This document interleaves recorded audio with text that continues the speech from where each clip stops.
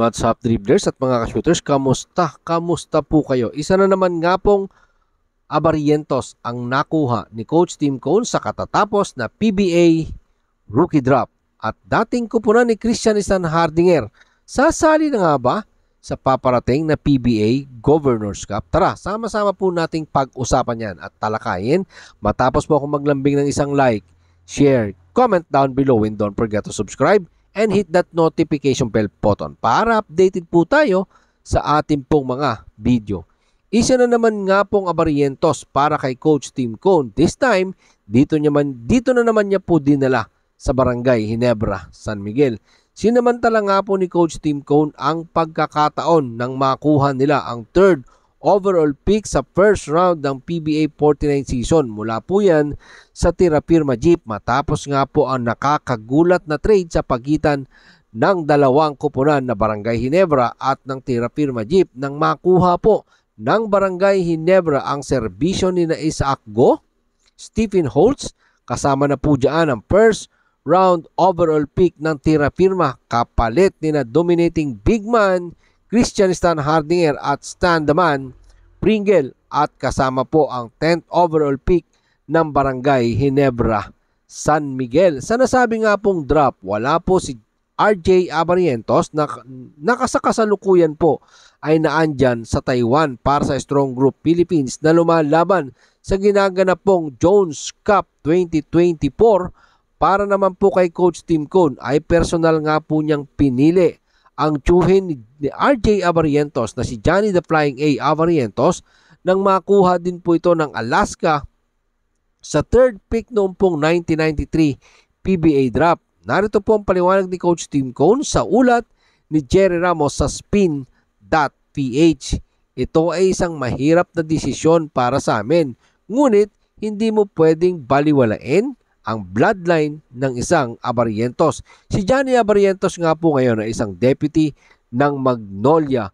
Patuloy nga pong umukit ng malamaalamat na PBA career ang dating PBA MVP na si Johnny Abarrientos. 12 championship lang naman ang meron ang The Flying A, kasama na nga po dyan ang isang Grand Slam noong pong 1996. Kasabay na rin po niyan nang hinirang siyang PBA MVP dahil wala nga po ang nakababatang Abarrientos sa PBA draft. Sa kasalukuyan ay nandyan nga po sa Strong Group Athletics Philippines na naglalaro sa Taipei, sa Taiwan, sa Jones Cup, mga shooters. So narito po ang maikling sinabi ni Johnny the Flying A Abarrientos sa ulat pa din ni Jerry Ramos sa spin.ph. It's a dream come true para sa kanya.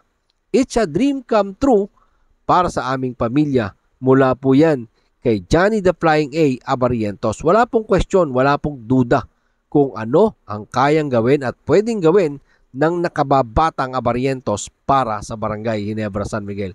Let's see, tingnan po natin kung ano ang maitutulong ng isang RJ Abarrientos sa kampanya ng Barangay Ginebra, San Miguel. At kung ano man po ang mga mangyari dito po sa kupunan ng Barangay Ginebra with RJ Abarrientos.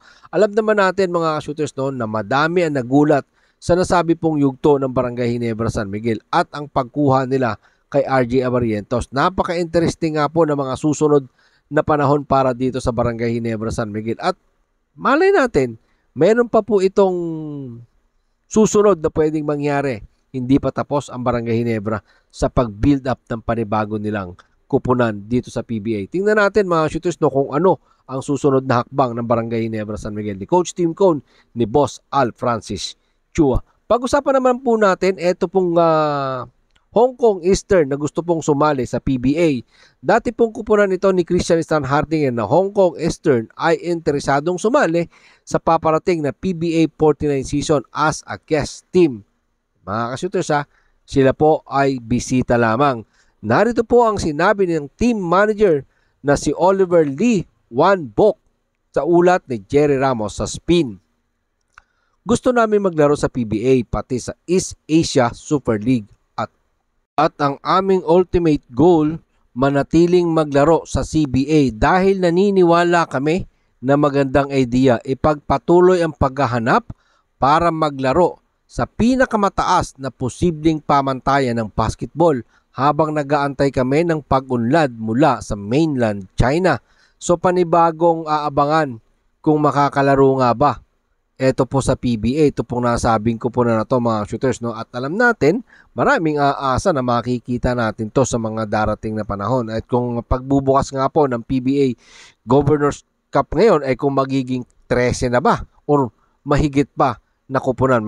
Baka may dalawang guest team na pumasok dito po sa PBA or eto nga lang bang Hong Kong Eastern. Diba? So abangan natin mga shooters, no? Medyo kapanapanabik itong paparating na PBA dahil sa dami ng malalakas na nakuha sa draft at sa mga palitan ng player, hindi pa tapos to malamang, hindi pa tapos to mga palitan ng player na to. Bago magsimula malamang, ito pong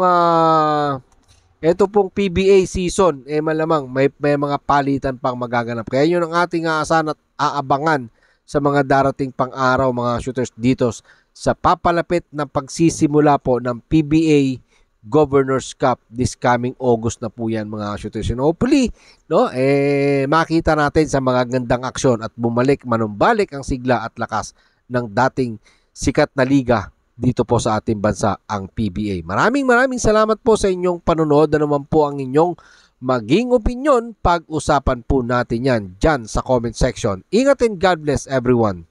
Adjourn.